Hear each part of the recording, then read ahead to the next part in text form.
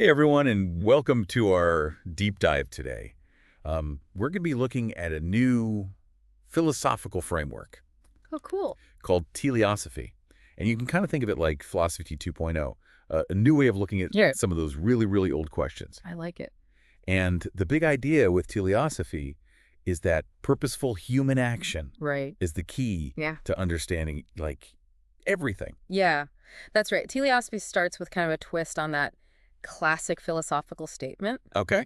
I think, therefore I am. Right. But instead it says, I think, therefore I act, or in Latin, cogito ergo go. Cogito ergo go. That's catchy. I like it. Yeah, it's got a good ring to it. It does, but what does it actually mean Yeah. to put action at the heart of how we think about the world? Teleosophy kind of takes this statement as a fundamental axiom. Okay. Meaning it's kind of like a starting point that you can't really deny. It's like Right. saying a triangle has three sides. Yeah. It's just inherently true. Yeah, okay, I'm with you. So cogito ergo goes like a basic truth about being human. Yeah, and the implication of that is huge. If you think about it, Ye- even trying to deny that you act purposefully Right. is in itself a Yeah. purposeful action. Whoa. It's a self-contradiction. Okay, so at its core, what teleosophy is saying is that every single thing we do as humans is driven by some kind of purpose. Exactly. Whether it's big or small. Big or small. All right. Yeah, and just consider something as simple as you listening to this deep dive right now. Yeah. It might seem passive, Okay. but it's actually a choice that you made. Right. Driven by a purpose. Maybe it's curiosity. Yeah. Maybe it's a desire to learn or just even to pass the time. That's true. I never thought about listening to one of our deep dives that way. It's Yeah. not just Right? absorbing information. It's an active choice that I make Exactly. with a goal in mind. That's exactly what teleosophy wants us to recognize, Sure. that even our seemingly mundane actions Hmm. are expressions of our agency, our ability to act intentionally Right. within the world. That's kind of empowering. Yeah. You know, it's like realizing that you're the author of your own story, Yeah. even in the small details. That's the little things, you know? Yeah. But I'm curious, how does teleosophy use this action-first lens to understand reality itself? Mm. It seems like a totally different starting point than most philosophies. You're right. It is.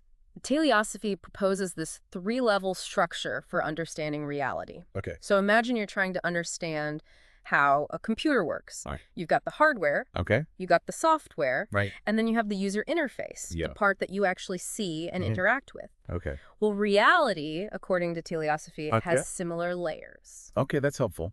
So what's the hardware of reality in this model?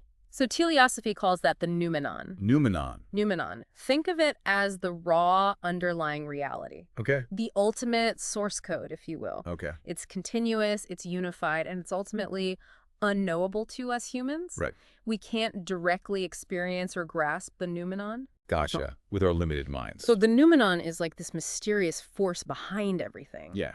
But we can't quite wrap our heads around it. That's a good way to put it. What about the software layer? How does teleosophy explain that? So that's where Epinoumenon comes in. Epinoumenon. Epinoumenon. And these are the patterns and relationships within the noumenon Okay. that our minds can begin to perceive. Okay. Think of it like this. You can't see the individual lines of code making up your computer's operating system, Right. but you can see how the different programs interact and work together. Okay, so epinoumenon is like the underlying structure of reality that we can kind of glimpse through our observations and interactions. Yeah. But how do we get from there to our everyday experience of the world? Yeah. You know, what we actually see and touch. So that brings us to the phenomenon, Then I'm on the user interface of reality, so to speak. Okay. And this is the level where our minds take the continuous flow of epinoumenon Right. and chop it up into discrete chunks. Goes in categories like time, space, and causality. Okay. It's the world we experience through our senses, Right. the world of objects, events, Yes. and cause and effect relationship. That makes sense. So we're not really experiencing raw reality directly. Right. We're experiencing it through the filter of our own minds, Exactly. which create this structured world of phenomena. Yeah. And it's this distinction between Noumenon, Right. epinoumenon, and Right. phenomenon that informs teleosophy's unique perspective on objectivity. Ah, you're talking about the triality of objectivity. Yes. That was one of the things I found most intriguing when I was reading about teleosophy. Can you unpack that a bit for our listeners? Of course. So Teleosophy recognizes that objectivity Yeah. isn't just one thing. Okay. It comes in different flavors, so to speak. Okay, I like it. There's what we call conditional objectivity. Conditional objectivity. This is the kind of objectivity we find in science, where we try to understand the world through observation and experimentation. Okay. But it's always limited by our human perspective and the Jedi. tools that we use to measure things. So conditional objectivity is like saying this is true based on what we know right now, Exactly. but acknowledging that our knowledge could change Right. as we learn more. Absolutely. Okay, and then you have perfect objectivity, Yes. which exists in formal systems, Yeah. like math and logic. Math and law. And here, truth is absolute Yes. and unchanging within the system itself. Within that system. 2 + 2 will always equal 4. Always. There's no room for debate. No debate. Perfect objectivity is like this pure, crystalline world of logic, I like that. totally independent of our Yes. messy human perceptions. Totally. But where does the Noumenon fit into all this? That's a good question. That ultimate reality. Yeah. Is there a way to achieve a truly objective understanding of that? So that's what teleosophy calls ultimate objectivity. Ultimate objectivity. The direct and unmediated understanding of the Noumenon itself. Okay. But unfortunately for us humans, Yeah. it's impossible. We're limited by our cognitive structures, our language, and our very way of being in the world. So even with all of our fancy science and philosophy, But it seems that way. we're still kind of stuck looking at reality through a keyhole. In a way, yes. Yeah. But that doesn't mean that we should give up on seeking knowledge and understanding. Right. Teleosophy emphasizes that even though we can't achieve ultimate objectivity, Yeah. we can still strive for greater clarity, Right. better models, Okay. and a deeper appreciation for the complex interplay Yeah. between our minds and the world around us. I like that. It's like saying that the journey of discovery is just as important as the destination, even if we never fully arrive. That's right. But this all leads to a big question that I'm sure is on our listeners' minds. All right. If we're limited by our perception and kind of trapped in this world of phenomena, Right. where does free will fit into the picture? That's a fantastic question, and one that teleosophy offers a surprisingly satisfying answer to. Okay. It has to do with understanding the relationship between the Noumenon, Okay. Epinoumenon, and phenomenon, Right. and recognizing the unique role that human consciousness plays in shaping our reality. All right. I'm hooked. Tell me more. Let's explore that in our next segment. We'll dive into how teleosophy reconciles those seemingly opposite concepts of free will and determinism. Can't wait. It's a mind-bending but ultimately empowering perspective. Awesome. So picking up where we left off, let's kind of delve into how teleosophy tackles this age-old debate about free will and determinism. Yeah, that's like the million-dollar question. You know, if everything is ultimately determined by the Noumenon, that underlying reality that we can't even grasp, how can we possibly have free will? Right. It seems like we're just puppets dancing on strings. That's a common concern, and it's one that teleosophy addresses head-on. And what's crucial here, I think, is remembering those different levels of reality we talked about. Right. Noumenon, Yeah. Epinoumenon, and phenomenon. Right, the hardware, software, and user interface of reality. Exactly. But how do those layers help us understand free will? So teleosophy suggests that determinism might indeed hold true Okay. at the level of the Noumenon. Okay. Think about the laws of physics. Right. They govern the behavior of matter and energy Yeah. in a completely predictable way. Right. At that fundamental level, everything might be predetermined, Yeah. like a giant cosmic clockwork mechanism. Okay. I'm with you so far. The Noumenon is like the grand stage where the play of existence unfolds Yeah. with its own set of unbreakable rules. Right. But where do we fit in with our messy human choices Yeah. and desires? Exactly. It's hard to see how free will can exist if everything is predetermined at like the most basic level. And that's where the distinction between behavior and action becomes really important. Okay. So all living organisms exhibit behavior. Right. They respond to stimuli in predictable ways based on their biological programming. Right. But teleosophy argues that humans, with our capacity for language, abstract thought, and self-awareness, Yeah. we do something more. We act. So it's not just reacting to the world around us like a plant growing towards the sun. Right. It's about consciously choosing our actions, Exactly. even within those limitations. Exactly. Human consciousness, according to teleosophy, creates a whole new layer of reality, the conceptual realm. Okay. This is the realm of thoughts, beliefs, values, goals, narratives, Wait. all the things that make us uniquely human. So our minds aren't just passively reflecting the world. We know. They're actively shaping it They're shaping it. through this conceptual layer. That's right. And it's within this conceptual realm Okay. that our Cogito, ergo comes into play. Okay. Our thoughts, our desires, our goals. Yeah. They all drive our actions in a way that transcends simple deterministic behavior. I'm starting to see how this fits together. Yeah. But doesn't this create a kind of dualism? That's a good question. Like a separation between the mind and the body, the mental and the physical? That's a common misconception, but teleosophy addresses that directly. Okay. It argues that this apparent dualism Yeah. is actually a cognitive tool, Right. a way for our minds to make sense of reality. So it's not that the mind and body are truly separate entities, Right. more like two sides of the same coin. Exactly. Remember, teleosophy emphasizes that reality is ultimately unified. Right. It's all stemming from the Noumenon. Yeah. But our minds, with their limited capacity, Sure. create this distinction between the internal world of our thoughts Yeah. and the external world of physical phenomena. It's like our brains are trying to make a map Yeah. of a territory that's too vast and complex to fully comprehend. A perfect analogy. And that's where teleosophy's perspective on free will becomes truly liberating. Okay, I'm intrigued. How does this view of free will actually free us? It still feels like we're operating within the constraints of the Noumenon, Right. even with this conceptual layer. You're right. We can't escape the fundamental laws of reality. Right. But teleosophy recognizes that our choices, Yeah. our purposeful actions, are not simply products of blind determinism. Okay. They're expressions of our agency, Right. our ability to make choices based on our understanding of the world, Uh-huh. our values, and our goals. So we're not just reacting to the world, we're actively participating in its unfolding, Exactly. shaping it through our choices and actions. Think of it like this. You're playing a video game. Okay.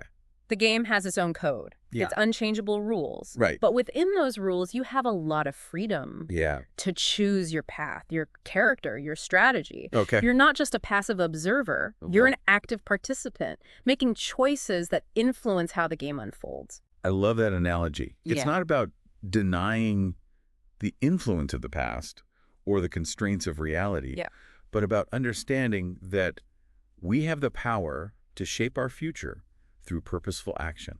Precisely, teleosophy empowers us to become active agents in our own lives and in the world around us. It's Fair. not about escaping determinism, Okay. but about transcending it Right. through our unique human capacity for teleological agency, Yeah. the ability to act with purpose and intention. Wow, this is really blowing my mind. It's like a whole new operating system I know for understanding our place in the universe. It really is. And it's not just about abstract philosophy. Right, yeah. Teleosophy has real practical implications for how we live our lives, Mhm. make decisions, interact with others. Yeah. It helps us understand why purpose is so important, Oh. how our choices ripple out and affect others, Uh-huh. and how we can create a more just and meaningful world.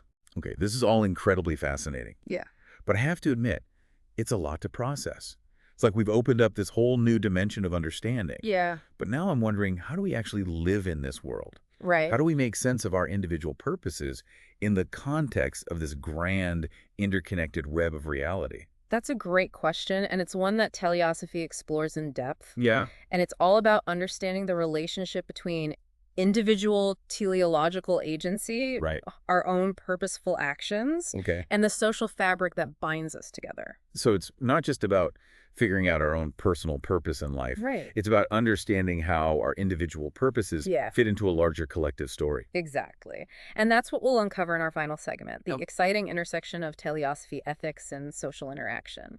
Okay. So we're back and ready to tackle this idea of how our individual purposes fit into the bigger picture. Yeah, It sounds kind of like a tightrope walk, it is. balancing our own goals with the needs of others. It is a balancing act. Right. And teleosophy approaches this through the concept of relational teleology. Relational teleology. Remember how we talked about Epinoumenon? Yeah. Those patterns and relationships that kind of make up reality? Right. Well, relational teleology takes that idea and applies it to how humans interact. Okay, so instead of just focusing on our own individual goals, Right. we start looking at how our actions ripple out and affect the people around us. Exactly. Teleosophy reminds us that we're not isolated agents, Yeah. We exist in this web of relationships. Right. And our purposeful actions, our teleological agency, is always bumping up against the actions and purposes of other people. It's like a giant game of cosmic billiards. I like that. Everyone's actions are these little billiard balls careening around and bumping into each other. That's a great analogy. But how do we avoid total chaos? How do we find a common ground if everyone's just pursuing their own individual goals? So that's where shared narratives come in. Remember we talked about how narratives give meaning to our actions? Right. They connect our choices to a bigger story? Yeah. Well, teleosophy suggests that shared narratives, things like cultural values, ethical systems, or even shared goals within a community can help align individual purposes with a collective good. So those shared narratives are like a set of rules or guidelines that help us navigate this cosmic billiard game. Exactly. To keep us from just smashing into each other randomly. That's a great way to put it. Right. These narratives create a kind of gravitational pull guiding our individual actions toward a common center. Okay. Think about it. Why do we follow laws, Yeah. respect social norms, Right. or even just try to be kind to each other? Right. It's because those behaviors are rooted in shared narratives that we as a society have agreed upon. So it's not about some absolute set of moral rules handed down from on high. It's not coming from up top.